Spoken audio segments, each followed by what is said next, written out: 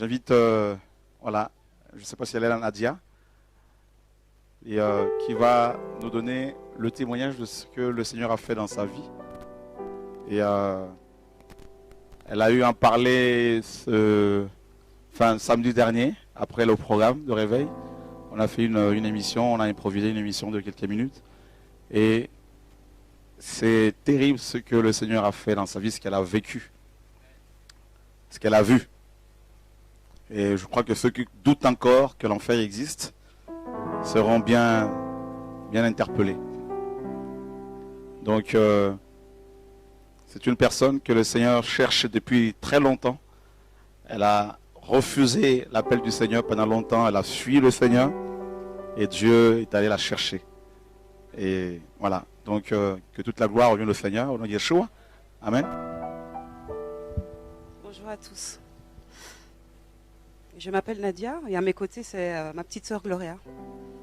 Je lui ai proposé de m'accompagner dans ce témoignage parce qu'elle aura beaucoup à dire aussi. Alors, je vais essayer vraiment de vous expliquer ce témoignage très douloureux, très émouvant pour moi en tout cas, du mieux que je peux. C'est une longue histoire. Donc, c'est le témoignage d'un châtiment que Dieu m'a fait subir il y a quelques mois en fait. Donc, comme dit l'apôtre Chora, Dieu me cherche depuis très très longtemps et je n'ai jamais répondu à ses appels. Dieu est un Dieu lent à la colère, comme on dit, mais au moment où il sévit et ça fait mal. Je vais peut-être commencer par introduire un peu le contexte de vie dans lequel je vivais avant que Dieu m'appelle, avant que je donne ma vie au Seigneur. Donc j'ai commencé ma vie de couple déjà très très mal. Donc j'ai 2 enfants. Donc je n'étais pas mariée quand j'ai eu ces enfants. Donc je vivais dans une relation hors mariage, ni bénie par le Seigneur, ni bénie par la famille. Parce que la famille était contre. Je me suis entêtée. Je suis partie très tôt de la maison, enceinte. Et j'ai eu une vie de couple, quand on n'a pas le Seigneur, vous imaginez la vie de couple qu'on peut avoir, très très chaotique, qui se soldait par des violences physiques et verbales, par des tromperies, des infidélités à tire-larigot, par des séparations, des réconciliations, etc. Enfin, c'était vraiment le chaos total, et cela pendant des années. Jusqu'au jour où, il y a 4 ans, j'ai décidé de donner ma vie au Seigneur parce que j'en pouvais plus. J'avais des envies de suicide pendant ma relation de couple avec le père de mes enfants. J'étais tout le temps dépressive, donc j'étais dans l'alcool, j'étais dans la cigarette, mais vraiment plus, parce que je fumais beaucoup, énormément. J'avais un esprit de colère tout le temps en moi, et j'étais tout le temps en dépression. Donc sous cachet, antidépresseurs et compagnie. Alors il y a 4 ans, j'ai donné ma vie au Seigneur, donc je me suis fait baptiser dans une église. Et là, j'ai commencé une vie de méditation donc avec le Seigneur. Et le Seigneur m'a donné des réponses par rapport à ma vie de couple que je menais. Et il m'a fortifié, il m'a donné le courage de quitter donc le papa de mes enfants. Donc je l'ai quitté, je suis retournée en famille. Et il a pris son chemin et j'ai pris le mien. Donc voilà. Mais le Seigneur m'a sorti d'un péché, mais je suis retournée dans un autre péché. Je me suis attachée à un homme qui était marié. Donc j'ai commencé, au bout des 2 ans de séparation avec le père de mes enfants, j'ai rencontré un homme. Cet homme était marié. Donc je le savais dès le départ. Donc c'était même pas une cachotterie de sa part. Donc voilà, donc je me suis vautrée encore dans un péché. J'ai eu cette relation pendant 2 ans avec cet homme marié, tout en continuant évidemment ma vie de prière. J'étais un peu une chrétienne volante, j'allais dans toutes les églises, notamment ICC, une fois chez ICC, une fois à la Nouvelle Jérusalem. Je faisais toutes les églises parce que je me disais Dieu est partout, donc je peux prier n'importe où. Et dans cette relation, Dieu m'a interpellée plusieurs fois par le canal de différentes personnes. Donc des frères, je suis de Bruxelles, hein, en fait, donc ça je ne l'ai pas précisé. Donc il y a une assemblée à Bruxelles et donc 2 frères m'ont interpellé par rapport à ma relation. C'était Dieu qui parlait. Je me suis entêtée en disant mais non, etc. Je n'y croyais pas. L'apôtre Chora aussi m'a interpellé 2 fois, je pense. Il m'a délivré même d'un esprit de mort. Mais je me suis entêtée. J'ai continué avec cette relation adultère. Il m'a interpellé au travers de ma sœur aussi. Je n'ai pas écouté. Je disais mais non, c'est le Seigneur qui veut aussi, etc. Enfin, j'étais vraiment très voilée à ce moment-là et je n'ai pas écouté le Seigneur. Et donc au mois de mai, la semaine du 20 mai, j'ai commencé à me sentir très bizarre. J'ai commencé à être animée d'un zèle excessif. J'étais hyper active. Je parlais, j'avais un débit de parole très intense. Les gens ne me comprenaient pas. Et même dans le cadre de mon boulot, mes collègues me disaient mais enfin, Nadia, tu as beaucoup d'énergie. Enfin, il y a quelque chose qui ne va pas. Est-ce que tu es en dépression? Et moi, je disais mais non, tout va bien. Je pétais la forme, etc. Mais on voyait très bien que j'étais déjà animée d'esprits qui me tourmentaient en fait. Le 28 mai, c'est ce jour-là où tout a basculé, où j'ai su que j'étais prise par des esprits démoniaques et sataniques. J'ai commencé à perdre la mémoire et j'ai commencé aussi à devenir folle en fait, à perdre l'esprit. Et donc ma famille remarquait qu'il y avait des choses qui n'allaient pas et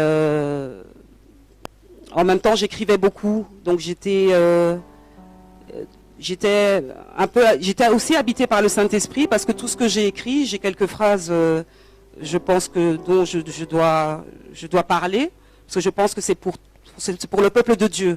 C'est Dieu qui m'a guidée dans ces phrases-là. Donc c'est des phrases que je ne peux pas garder pour moi. C'est des messages qui viennent de Dieu. Donc j'écrivais beaucoup, notamment je disais je perds ma mémoire, je m'en vais avec mes péchés, garder mes filles, c'était comme un testament. Moi je me souviens même pas, hein, je me suis souvenue de tout cela lorsque je suis sortie de l'hôpital parce que j'étais à l'hôpital psychiatrique. Donc voilà, pour revenir au 28 mai, j'ai commencé à perdre la tête et perdre la mémoire ce jour-là. Et ma mère m'a demandé est-ce que tu veux qu'on appelle des frères pour prier pour toi? J'ai dit oui. On a appelé... Excusez-moi. Dieu est grand. Gloire à Dieu. Publiquement ici, je lui dis pardon. Et il m'a fait grâce parce qu'aujourd'hui, j'ai la grâce de pouvoir vous parler. Parce que j'étais morte. Donc ces frères sont venus prier à la maison. Et là j'étais folle, quoi. Ça c'est un témoignage que plus ma soeur pourra vous donner parce que moi je ne me souviens plus tellement de ce qui s'est passé. Je sais que j'étais tourmentée par des esprits et je perdais la tête. Et un des frères a dit à ma soeur, on ne peut rien faire. C'est un châtiment de Dieu. Donc ça c'est un châtiment pour toute votre famille. Ça ne concerne que la famille, aucune personne extérieure ne peut la sortir de là. Il n'y a que vous. Ses frères sont partis et on a rassemblé toute la famille, donc ma soeur ici, ma mère, mon frère, ma belle-sœur et ma fille, l'aînée, pas la petite n'a que 13 ans, mais l'aînée a 19 ans, donc... on a estimé que bon voilà, elle était en âge adulte et que ça la concernait aussi. Donc toute ma famille a mis les genoux par terre. Et au fur et à mesure des prières, ma folie augmentait. Ma folie augmentait. Et donc il y a un passage que j'ai oublié. Hein. J'essayais vraiment de vous restituer les choses parce que tout était embrouillé dans ma tête jusqu'au moment où j'ai su que je devais témoigner. Donc le mardi 28 avant que je perde totalement la tête, j'ai quand même été travailler. Sur le chemin du boulot, j'étais dans une folie, mais je ne m'en rendais pas compte. Et il y avait des démons qui me poursuivaient, en fait.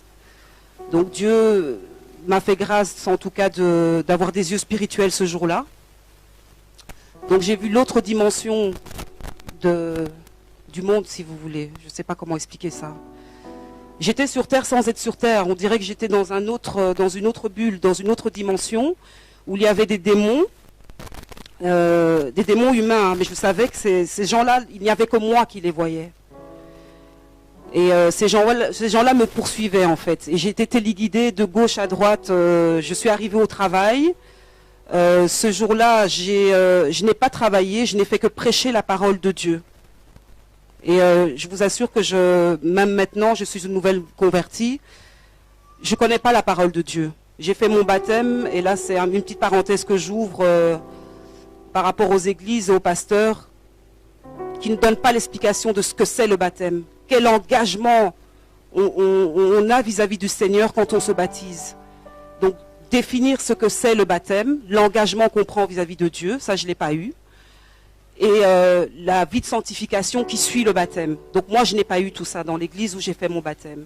Donc pour moi j'étais baptisée et j'ai continué ma vie délabrée de péché sans me dire qu'il y avait une sanctification, qu'il y avait des commandements à suivre. Donc où est-ce que j'en étais ? Quand je suis arrivée au travail, j'ai prêché la parole de Dieu. Je connaissais toute la Bible par cœur. J'ai commencé à prêcher la parole de Dieu auprès de mes collègues. Et mes collègues voyaient très bien que ça n'allait pas mentalement, quoi. Donc ils m'ont laissé prêcher, puis ils m'ont dit, une collègue m'a dit, tu sais, je pense que tu es en dépression et en burn-out, que tu commences à être atteinte de folie.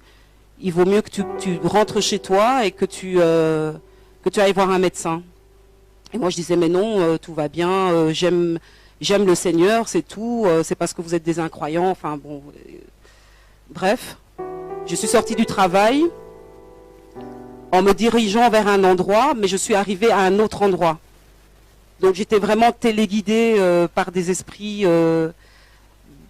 démoniaques en fait, qui me poussaient au suicide. Je suis arrivée dans un immeuble, je ne sais pas comment, où il y avait toutes les fenêtres ouvertes, où plusieurs personnes, ces démons qui ressemblaient à des humains, que moi je voyais, me disaient, ben, il y a un appartement qui est là, essaye de rentrer et voir, c'est pas toi qui veux visiter un appartement. Et moi, complètement troublée, perturbée, je dis oui, ça doit être moi. Et je suis montée, c'était un appartement de 10 étages, je suis montée au 10e étage, il était libre cet appartement, et toutes les fenêtres étaient ouvertes. Et je m'approchais vers les fenêtres, en fait, pour me jeter. Ces démons toujours derrière moi. Et Dieu est grand, vraiment, parce qu'à ce moment-là, ma sœur m'a appelée. Et elle m'a dit, où tu es? Alors j'ai dit, je sais pas. Elle dit, où tu es? Alors j'ai dit, je sais pas, je suis dans une commune ici à Bruxelles et je suis dans un appartement. Elle me dit, alors je lui dis, c'est Dieu qui me dirige, je lui dis. Elle me dit, tout ce que tu fais là, c'est pas de Dieu. C'est pas de Dieu. Enfuis-toi de là, rentre à la maison. J'ai commencé à courir. J'ai laissé donc ces démons derrière moi. J'ai commencé à courir. J'étais enfermée dans l'immeuble. Enfin, j'ai su sortir de l'immeuble. Et je me suis enfermée dans une cabine téléphonique, en fait, où j'ai téléphoné à ma sœur, qui n'avait plus d'unité. Moi-même, mon portable, j'avais plus de batterie. Et là, je suis rentrée à la maison. Et ce fameux mardi, c'est le jour où ma délivrance a commencé, parce que là, j'étais atteinte de, même pas folie, mais la folie extrême, ce qu'on appelle la schizophrénie. En tout cas, j'étais diagnostiquée, quand j'ai été internée, schizophrène. Donc on est resté 4 jours. J'ai eu 4 jours de délivrance et 2 jours de coma. De coma spirituel. Enfin, mon âme n'était plus là. Je respirais, j'étais là, à côté de mes proches, mais moi j'étais partie. Ce que Dieu, en tout cas, m'a fait grâce de voir, c'est que j'étais dans mon cercueil. J'ai vu ma tombe. J'ai vu que j'étais dans le cercueil.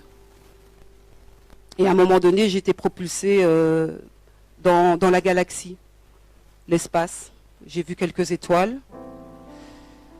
Et je suis restée, j'ai l'impression que je suis restée vraiment dans cette galaxie pendant une éternité. Ça durait et j'errais, mon âme errait, j'errais, je me demandais mais qu'est-ce que je fais là?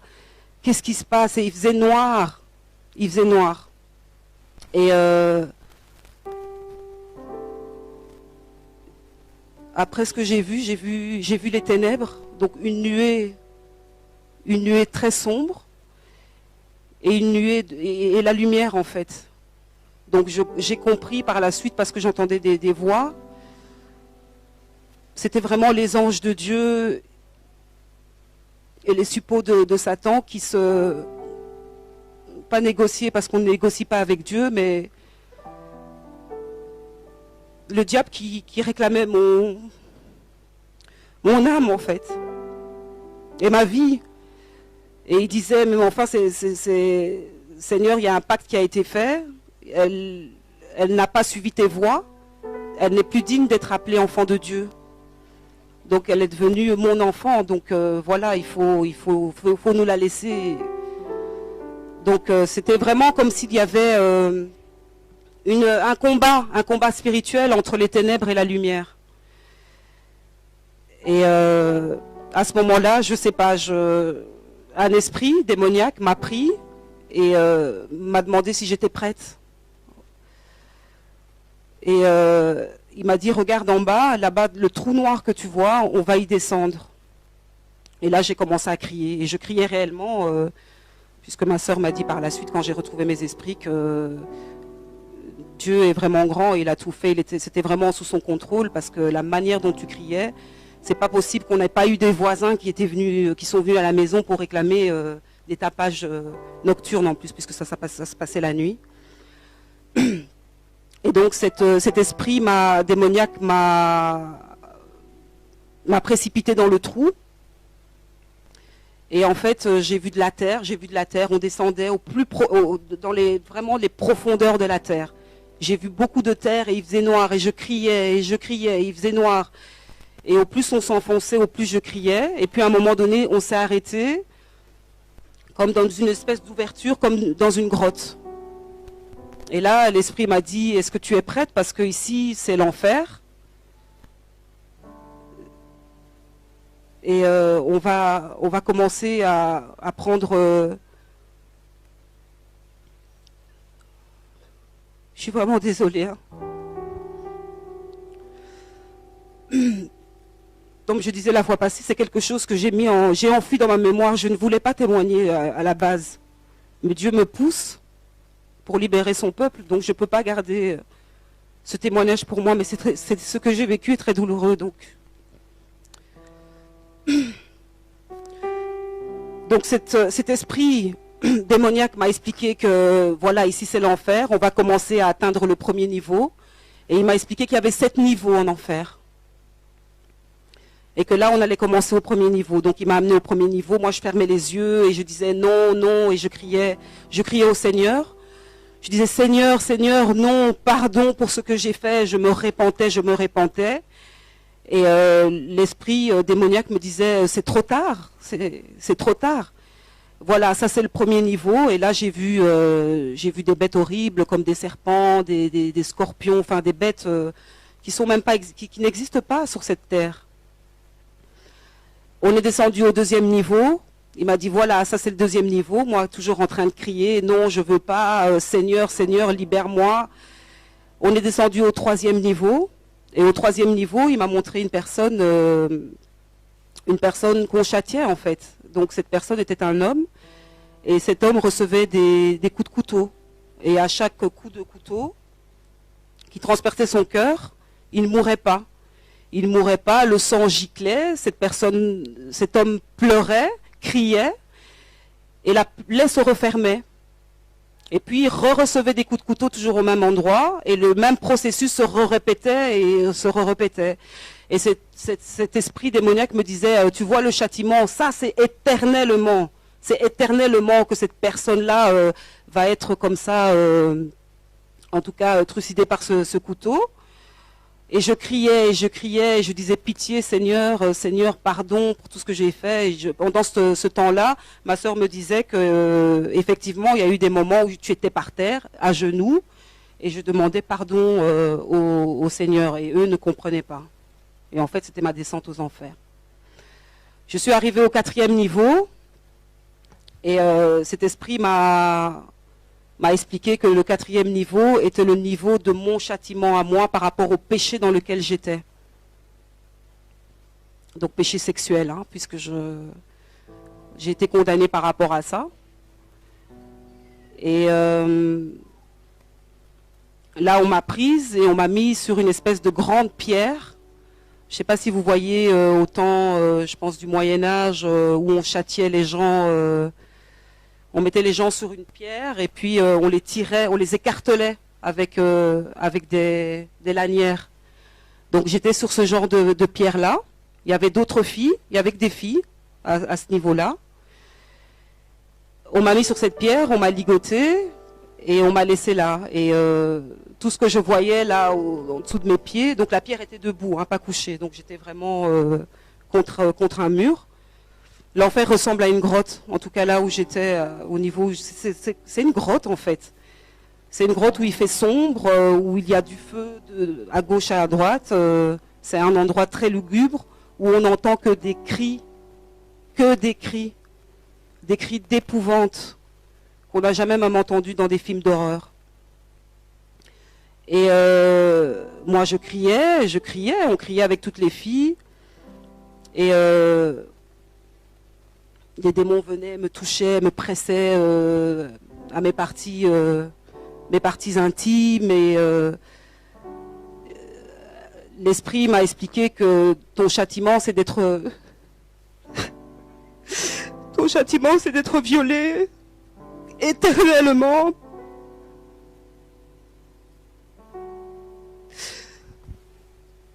Et j'étais violée par un démon que je pense être Satan. Il ne s'est pas présenté.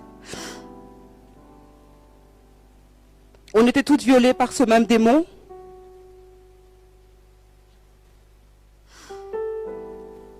Et naissaient des enfants de ces relations en fait. Tu n'as pas le temps de dormir en enfer. Tu ne dors pas, j'ai cru que j'y étais depuis des siècles. Et c'est sans arrêt, on ne ferme pas les yeux en enfer. On n'a pas un temps où on peut se dire « Ah, mon bourreau est parti, je peux un peu fermer les yeux et je dors ». Non. C'est sans cesse, c'est sans arrêt. J'ai pas vu le 5e, 6e et 7e niveau. Tant mieux. Parce que moi, mon châtiment s'arrêtait là, en fait. Hein. Donc, comme j'ai expliqué, en fonction du péché dans lequel on est, c'est ce que j'ai compris, c'est ce qu'on m'a expliqué en tout cas, c'est ce que l'Esprit m'a expliqué, il y a des niveaux. Il y en a 7. Et vous vous rendez compte le niveau où moi j'étais, plus que la moitié, quoi. Enfin, j'étais presque au niveau du 7e pour moi. Donc le péché de l'immoralité sexuelle est un péché sévèrement puni. Et je priais quand j'étais en enfer. J'ai pas cessé de prier mon Dieu, j'ai pas cessé de demander pardon. J'ai déposé le pardon aussi auprès de la femme de cet homme. Parce que c'est vrai qu'on pêche contre Dieu, mais dans les actes que l'on pose, il faut aussi voir la personne à qui on fait du mal, qui est aussi un enfant de Dieu. Donc moi j'ai demandé pardon.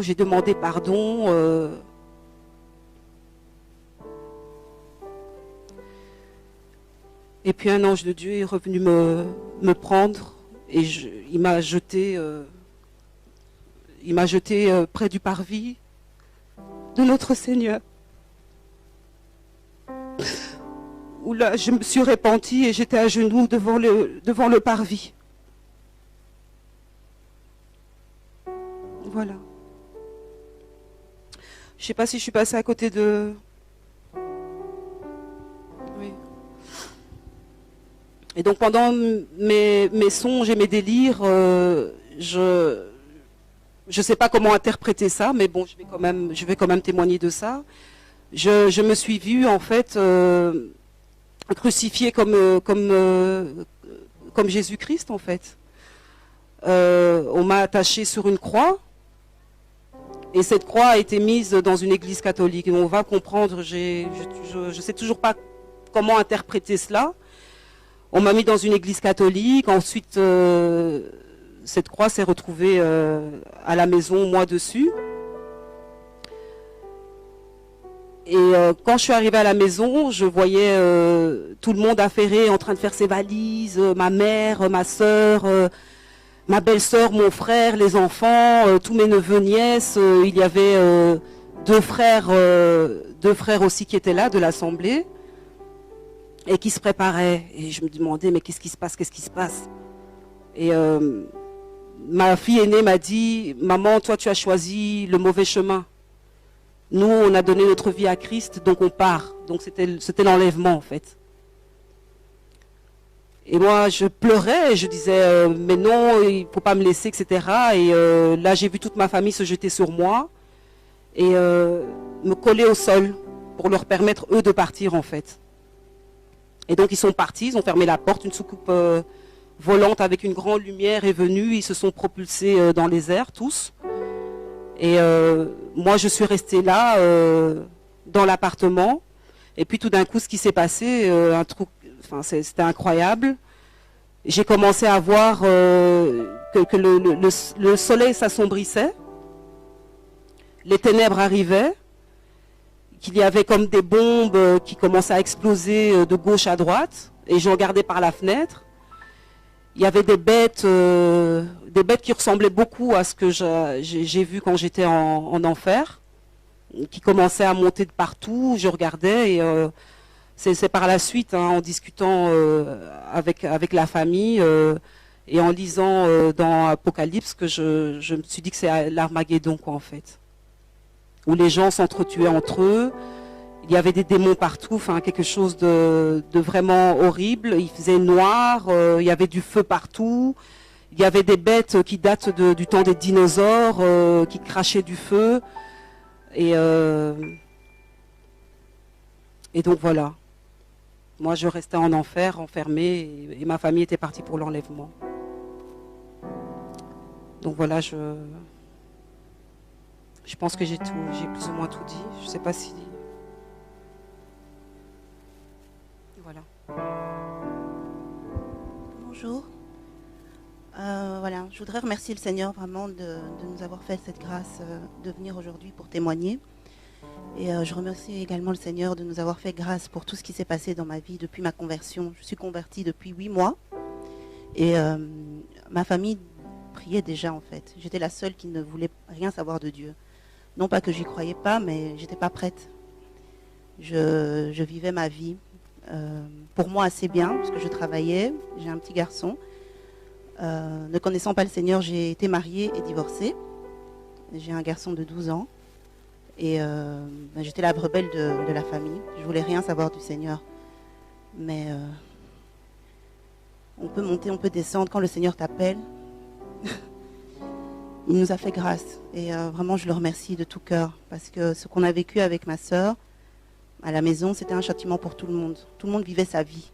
Tout le monde ne s'occupait que de soi. Et je pense que le premier enseignement que Dieu nous a donné, c'était ça, parce que nous avons un Dieu de famille, qui aime la famille. Et la semaine que ma sœur raconte ici, c'est une semaine terrible. Pour nous, ça a duré 1 an.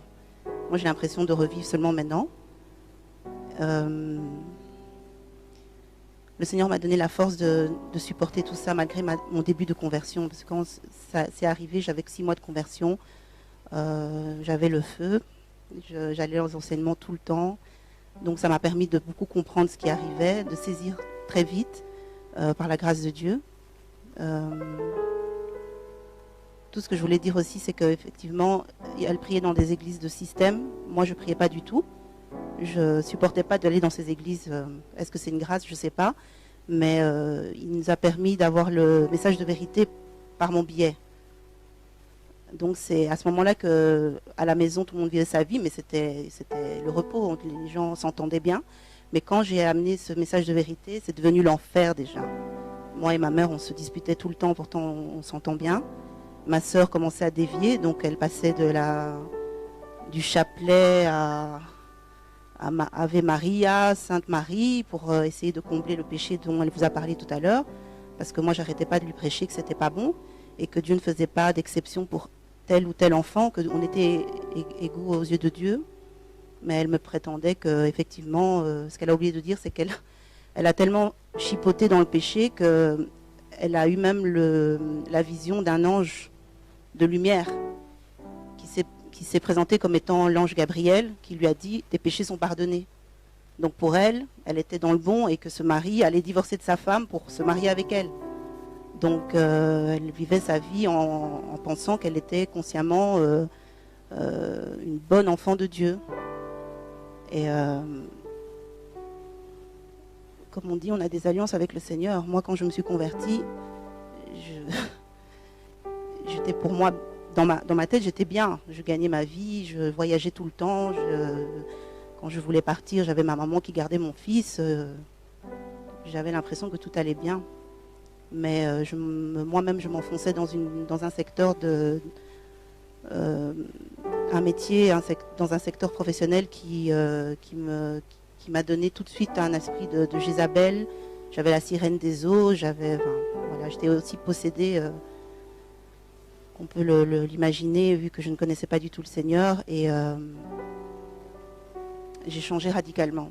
Et c'était le secteur du cosmétique, pour peut-être affirmer. Donc la séduction est très forte, pourtant j'étais pas ni mannequin, ni vendeuse, non, j'étais commerciale, il fallait que je trouve des contrats en fait.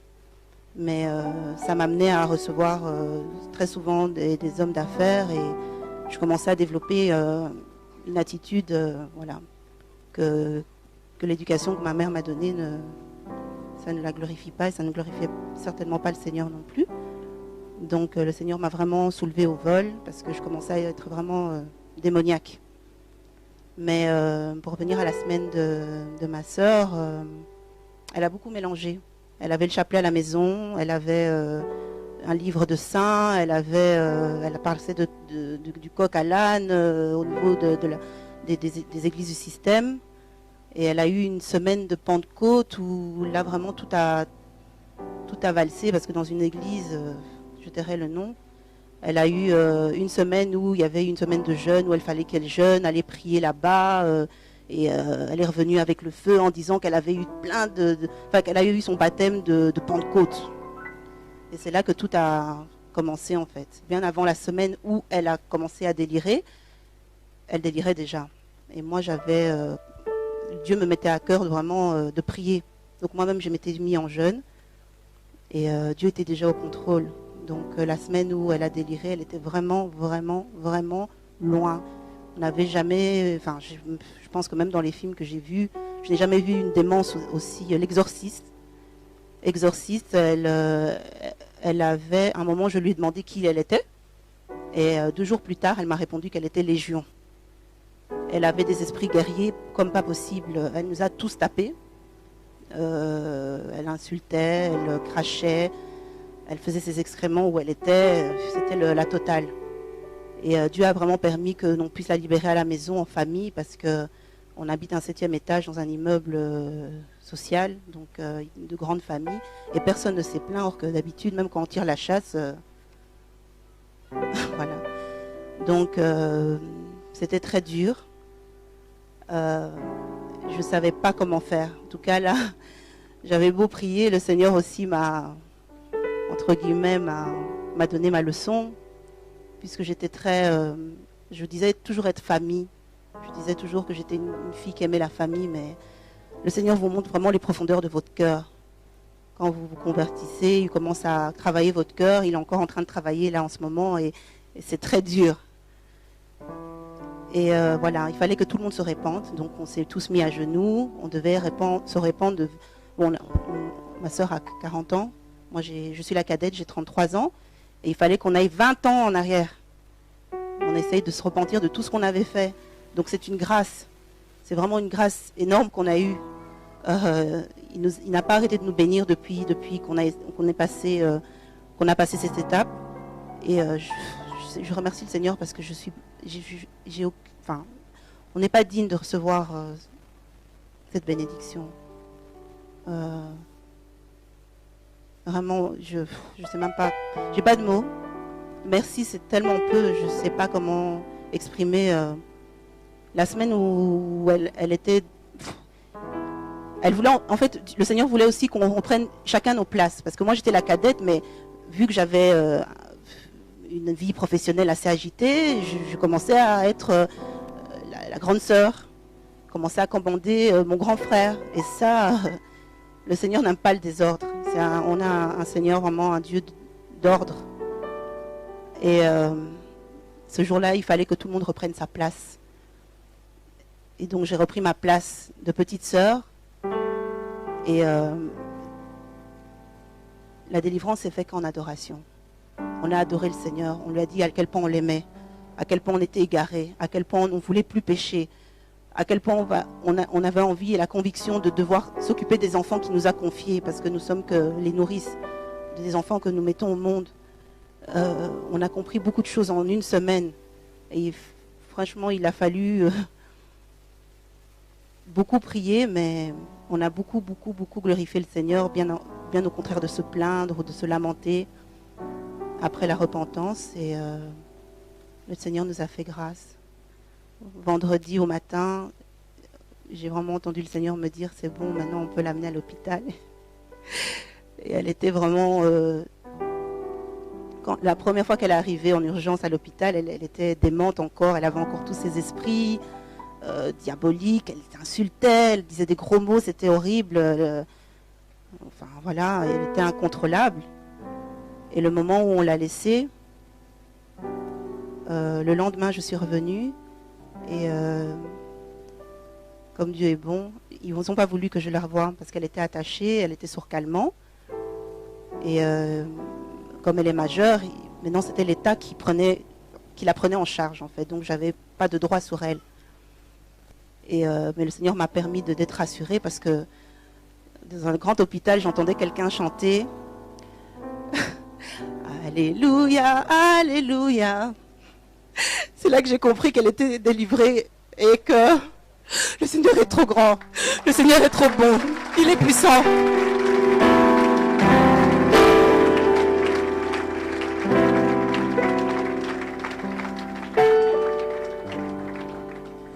Je tiens aussi à remercier le Seigneur parce que depuis que je me suis convertie, l'alliance que tu fais avec le Seigneur, il est trop fidèle. Le moment où j'ai donné ma vie au Seigneur, j'ai dit Seigneur, en tout cas, on a trop joué avec nous. On est passé par beaucoup de difficultés au niveau familial, au niveau de la spiritualité. Si c'est toi vraiment Dieu qui me parle, le vrai Dieu, l'unique, le Créateur, fais que toute ma famille se convertisse. Et en moins de 3 mois, toute la famille s'est convertie.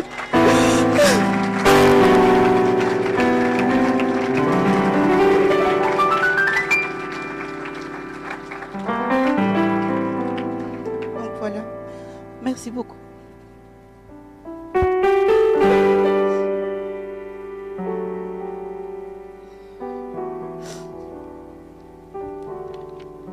Le passage qui dit dans la Bible, je ne sais pas exactement où, qui dit que quand un esprit sort, oui, il revient 7 fois plus fort. Alors dans mon récit, j'ai bien dit que j'avais eu ma délivrance par le canal de l'apôtre Chora, malgré que j'étais toujours avec cet homme marié, et que Dieu m'interpellait, me disait laisse, Dieu, qui je suis Seigneur, merci. Dieu m'a même interpellé de lui-même, il est descendu de son trône et il m'a parlé, il m'a dit je suis l'autorité. Ce jour-là, j'étais paralysée dans mon lit, j'ai pas su me lever de mon lit, tout ça parce qu'il voulait me sauver. Dieu ne veut pas qu'on se perde. Il souhaite que tous ses enfants soient sauvés, ne périssent pas.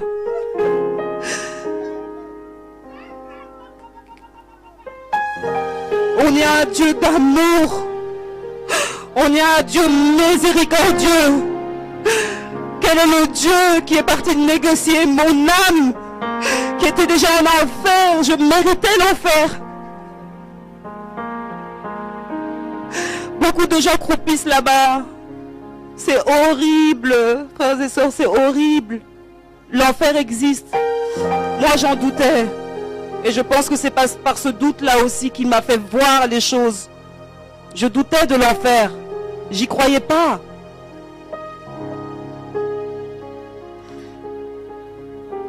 Tenez votre délivrance alors. Sortez du péché. Cherchez le message de vérité. La première pierre que je jette, c'est sur moi-même. Parce que je me suis abandonnée auprès des pasteurs, auprès des églises. Je n'ai pas ouvert ma Bible par moi-même. Savoir qu'est-ce que dit la parole par rapport au péché. Hein?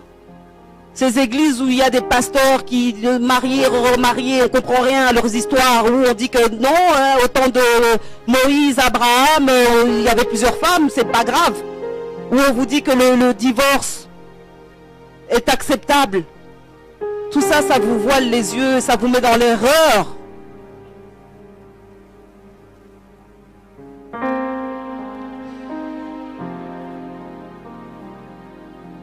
Je vais lire les phrases que le Saint-Esprit m'avait mis avant que je tombe dans la folie extrême. C'était vraiment dirigé par le Saint-Esprit. Je les ai découverts en sortant de l'hôpital, en fait. La clé du séjour des morts et le séjour des morts m'appartiennent, dit le Seigneur. L'œuvre de Dieu est une œuvre qu'on ne brisera jamais. Dieu, notre Maître, nous préserve de la mort. Ce qui n'est pas de Dieu est sale. Je vous ai tellement aimé que je sais ce qui est bon pour vous. Car je vous ai racheté au prix de ma chair. Voilà.